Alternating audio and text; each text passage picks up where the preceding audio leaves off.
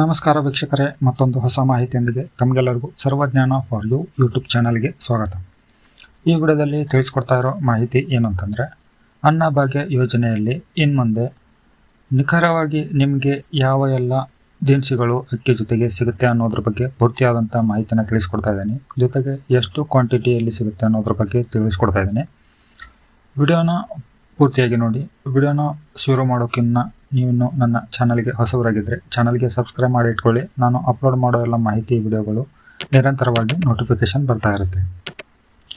ಹೌದು ವೀಕ್ಷಕರೇ, ಅನ್ನಭಾಗ್ಯ ಯೋಜನೆಯಲ್ಲಿ ಈಗ ಚುನಾವಣೆ ಅಧಿಕಾರಕ್ಕೆ ಬರೋದಕ್ಕಿಂತ ಮೊದಲು ಕಾಂಗ್ರೆಸ್ ಸರ್ಕಾರವು 10 ಕಿಲೋ ಅಕ್ಕಿಯನ್ನು ಕೊಡ್ತೇವೆ ಅಂತ ಹೇಳಿದ್ರಲ್ವಾ. ಸೊ ಆ ಒಂದು 10 ಕಿಲೋ ಅಕ್ಕಿ ಬದಲು 5 ಕಿಲೋ ಅಕ್ಕಿ ಕೊಟ್ಬಿಟ್ಟು 5 ಕಿಲೋ ಅಕ್ಕಿ ಬದಲು ಹಣವನ್ನು ಕೊಡ್ತಾಯಿದ್ರು. ಸೊ ಇವಾಗ ರಾಜ್ಯ ಸರ್ಕಾರ ಮತ್ತು ಕೇಂದ್ರ ಸರ್ಕಾರ ಎರಡೂ ಡಿಸೈಡ್ ಮಾಡಿದೆ. 5 ಕಿಲೋ ಅಕ್ಕಿ ಬದಲು 4 ತರಹದ ದಿನಸಿಗಳನ್ನು ಕೊಡ್ತೇವೆ ಅಂತ ಹೇಳಿ. ಆ ಒಂದು ನಿಖರವಾದ ಮಾಹಿತಿಯನ್ನು ನಿಮಗೆ ನಾನು ಇಲ್ಲಿ ತಿಳಿಸ್ಕೊಡ್ತಾ ಇದ್ದೇನೆ.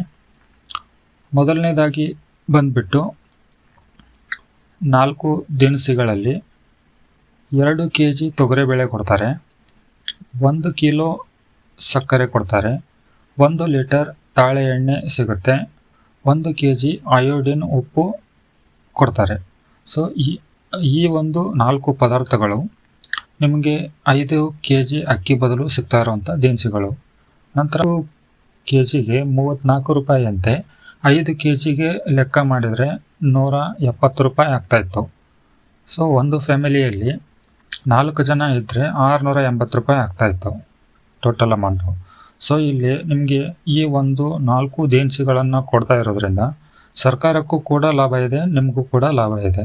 ಸರ್ಕಾರಕ್ಕೆ ಏನು ಲಾಭ ಅಂತಂದರೆ, ನಿಮಗೆ 680 ರೂಪಾಯಿ ಹಣವನ್ನು ಕೊಡೋದ್ರ ಬದಲು ಈ ಒಂದು ದಿನಸಿಯನ್ನು ಕೊಟ್ಟರೆ 550 ರೂಪಾಯಿಯಷ್ಟು ಖರ್ಚು ಬರುತ್ತೆ ಸರ್ಕಾರಕ್ಕೆ.